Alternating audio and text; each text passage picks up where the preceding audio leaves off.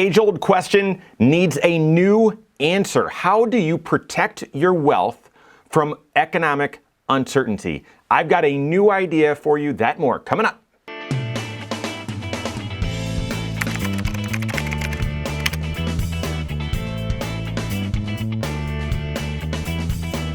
My name is Mike Bernard. I'm the host of the Wise Money Show. I'm also one of the certified financial planners right here at Korhorn Financial Group. Make sure you hit that subscribe button, turn on notifications, and smash that thumbs up button. All right, stocks are high, and I hope you've been along for that journey. But with that elevated, price tag, elevated valuations, risk seems high as well. So if you're analogy driving your car, there's fog on the roads. Like it's foggy out here. It's hard to see. So how do you continue making progress? How do you continue going forward, building wealth, while also making sure that you're managing risk? I mean, we go back to the age-old question, how can you protect your wealth? How can you grow your wealth, but also protect it from economic uncertainty? So in order to grow wealth, you, number one, need to be saving, but you need to be saving those dollars into appreciating assets.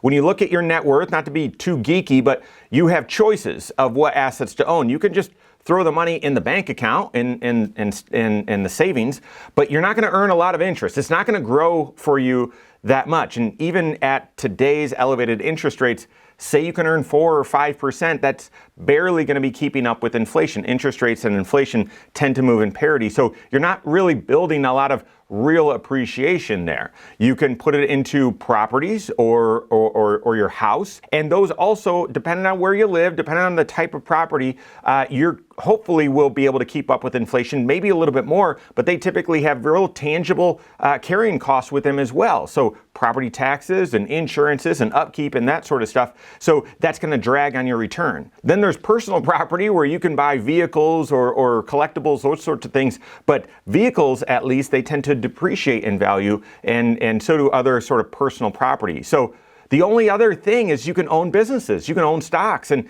if you're blessed to be an entrepreneur and start small businesses, own small businesses, fantastic. For the rest of us, owning the world's best businesses, the world's best enterprises by owning their shares of stock. So that category of assets, yes, it has risk to it, but traditionally over hundreds of years, there's been a return appropriate for that risk. That of all those places you can store assets or you can build up assets, those have the highest potential return for you. Yes, there's risk, but that risk is market volatility.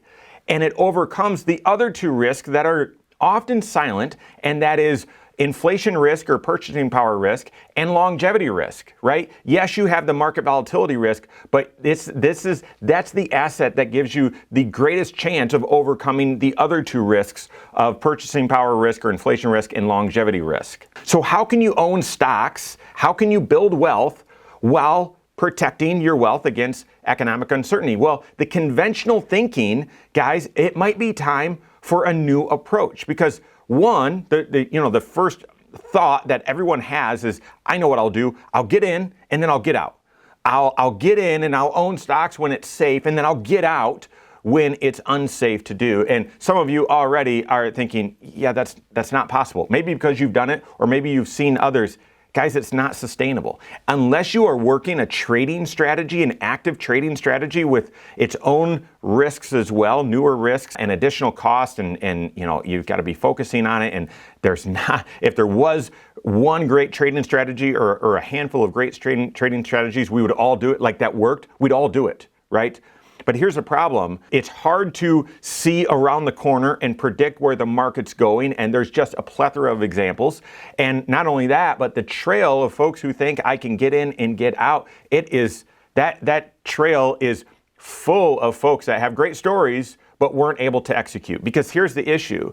You're going to see bear markets and declines in the stock market. On average, it's going to drop from a high point to a low point by 14% every single year. That's enough to make anyone a little squeamish.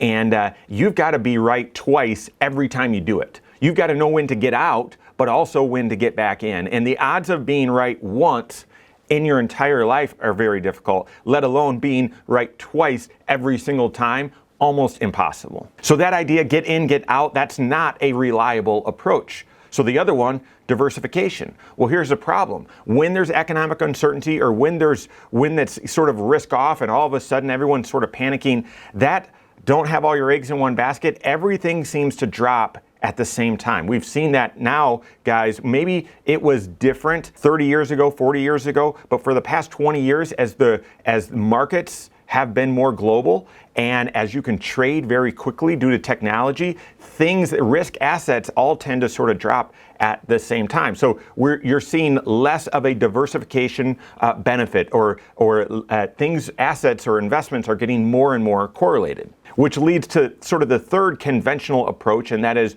well, as you get older or as you want to protect your assets, own more bonds. Well, here's the challenge with bonds. We saw recently how susceptible and how the return of bonds is so influenced by changes in monetary policy and interest rates. It's very possible that for the 40 years from 1980 to 2020, we saw an anomaly with bonds. The fact that interest rates at large were declining over those 40 years, you not only got the interest that the bonds provided, but also some appreciation as well. Guys, those times might be over. Bonds may not be may not be as uncorrelated as they were in the past, and actually may not be able to add much in the way of return above and beyond covering inflation. So the conventional approaches are flawed. So now we go back to the question, how do you build wealth, and how can you preserve your wealth during economic uncertainty? Hedging. This has come on the scene to the masses over the past couple of years. It's a strategy that we are using more and more. It's hedging. It's owning equities, but also owning some hedging so that there's a more calculated or defined downside protection. Because here's the deal. If we just go through those same choices again, getting in and then getting out is unsustainable. It's not going to work reliably, even in short periods of time, let alone long periods of time. So then you've got to own assets. So do you own just a diversification, or do you own bonds? Well, listen, your diversification, hopefully that diversification is still additive to your actual investment performance. But during times of crisis, when stocks are going down, or when we see this economic uncertainty, will it give you a reliable and predictable experience? It will not.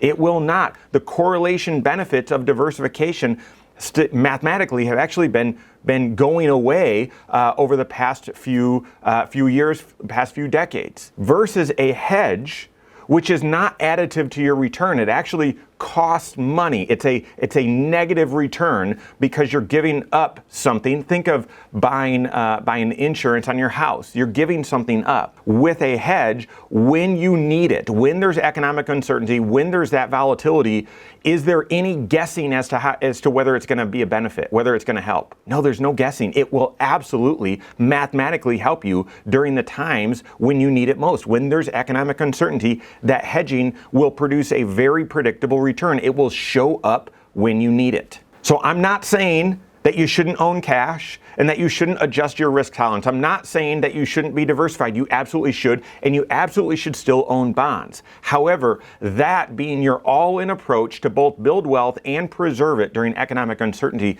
is no longer satisfactory. You need to add more approaches. You need to add even more to it. To us, that answer is hedging. So something that will, yes, help you own more stocks and stay in the game and appreciate as the markets are moving higher. But when there's risk and when there's uncertainty and when markets decline, you know exactly how it's going to behave, and it will help protect on the downside. So how do you do it?